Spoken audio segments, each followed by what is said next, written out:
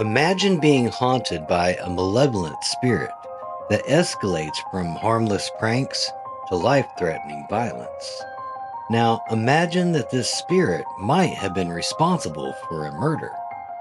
This is the chilling story of the Bell Witch, a legend so terrifying it sent future President Andrew Jackson fleeing in fear. I'm Dwayne, and welcome to Eden's a Mystery, where we dive into history, mystery, and all things strange. If that's your thing, come and join our community by subscribing and hitting the notification bell. And don't forget, Eden's a Mystery is also a podcast currently on Spotify and Amazon Music. Now, let's get back to the mystery. In the autumn of 1817, John Bell, a farmer in what is now Adams, Tennessee, was tending his cornfield when he spotted something strange. A beast with the body of a dog and the head of a rabbit. When he fired his gun at it, the creature vanished, leaving John puzzled and uneasy. That night, as the Bell family gathered for dinner, a peculiar knocking sound began emanating from outside. It wasn't sporadic or random. It was rhythmic, methodical, like someone tapping out a message. John's sons rushed outside, but they found nothing. The unsettling noises continued, growing louder and more insistent as the days passed. In the weeks that followed, the Bell home transformed into a scene of relentless torment.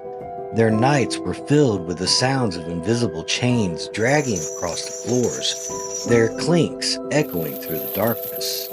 The walls seemed to breathe with an eerie knocking, and the unsettling noises of rats gnawing on their beds kept them awake at night. The children's bed sheets would be ripped off in the middle of the night, and they'd wake up with unexplained scratches and their hair being pulled.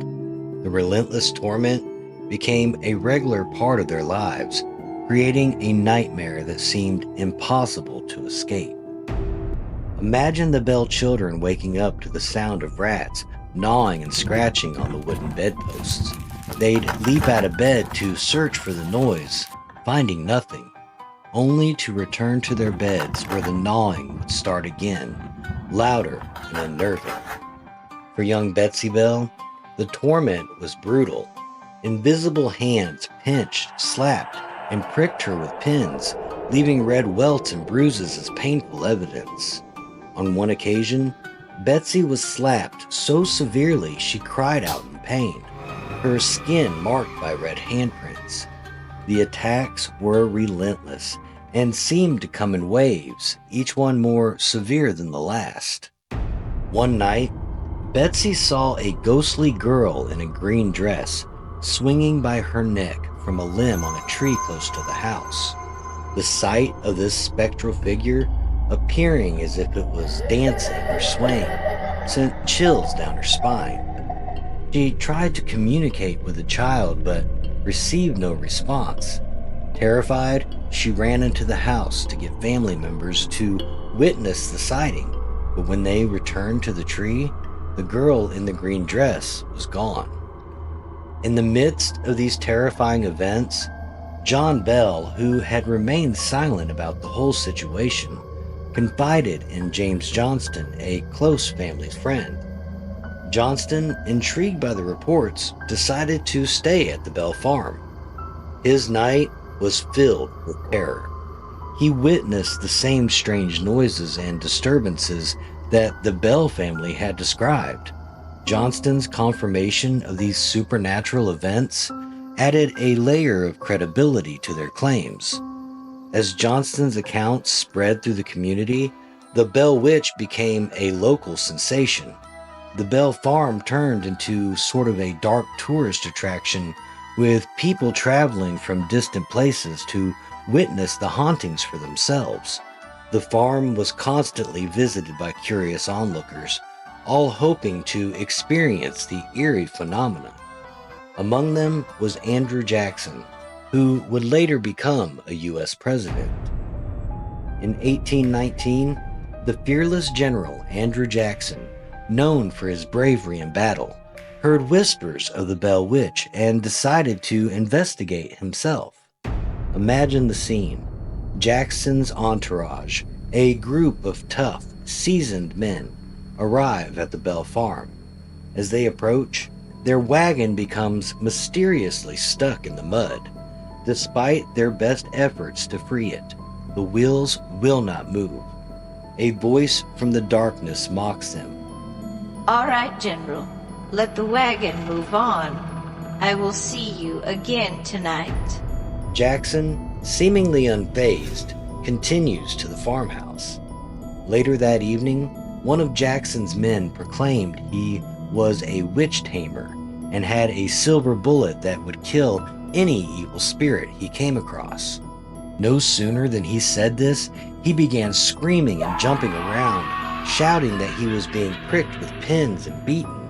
The disembodied voice reverberated through the air once more, saying another fraud would be revealed the next day. His men begged to leave, but the general convinced them to stay for at least one night. No one really knows what happened that night at the Bell Farm, but people saw Jackson and his men hurrying out of town the next morning, saying, I would rather fight the British than fight the Bell Witch. Whatever the witch did to frighten the hardened general was nothing compared to what many believed she did to John Bell.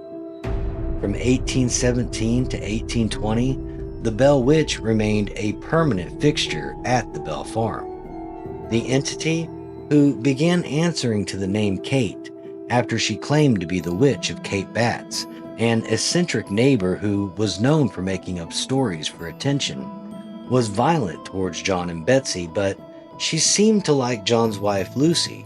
She reportedly brought her fresh fruit once when she was ill and often complimented her. As the years passed and the hauntings continued, John's health began to deteriorate. He experienced severe muscle twitches, migraines, fatigue, and seizures, symptoms that grew increasingly alarming. By December 1820, his health had deteriorated so drastically that he slipped into a coma. Then, on December 20th, John Bell took his final breath. The family's grief turned to horror when they discovered a mysterious vial of dark liquid in the room that wasn't there before. When John Jr. tested the liquid on the family cat, it immediately died. The Bell Witch's voice then echoed through the house. I gave old Jack a big dose of that last night, which fixed him. John Jr. threw the vial into the fireplace, where it exploded into a brilliant blue flame shooting up the chimney. Following John's death, the entity's focus shifted to Betsy.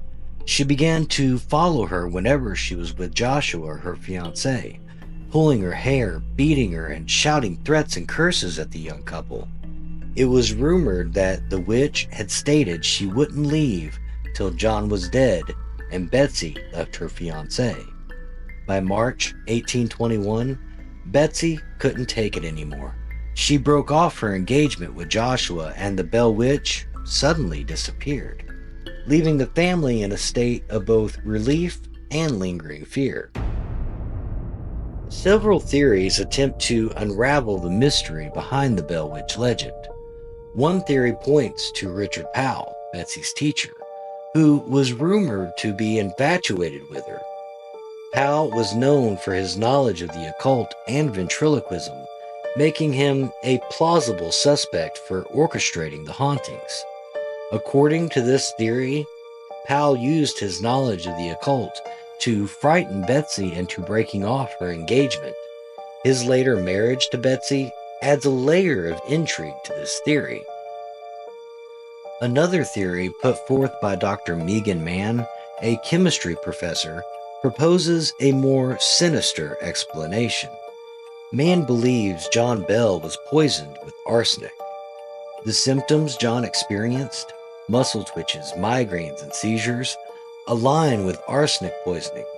The mysterious vial found after his death, which exploded with a blue flame when thrown into the fire, adds weight to this theory as arsenic burns blue.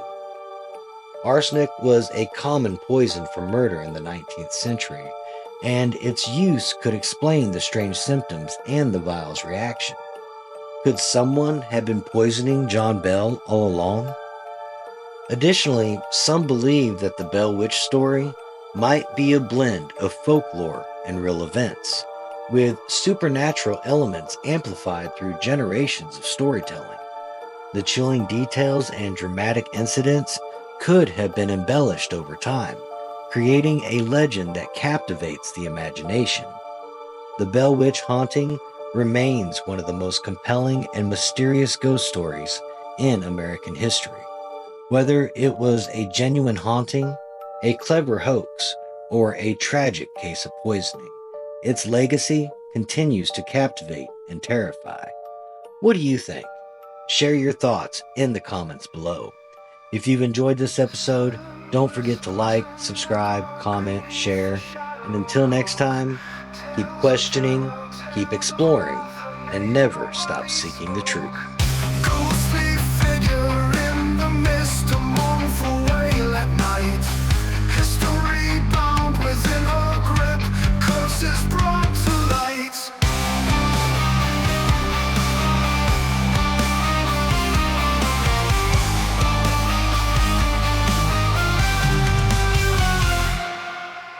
She comes in whispers, screams, and riddles, dancing in the night. Bell Witch haunting hearts so brittle, life consumed by fright.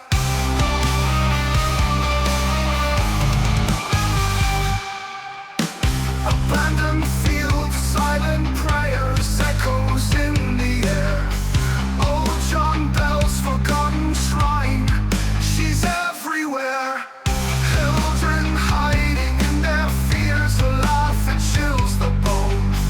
Drawn by hate but fed by tears in this desolate unknown. She comes in whispers, screams, and riddles, dancing in the night. The witch haunting hearts so brittle, life consumed by fright.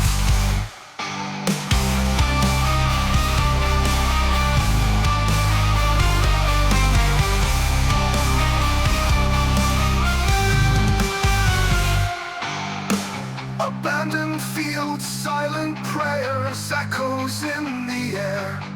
Old John Bell's forgotten shrine, she's everywhere.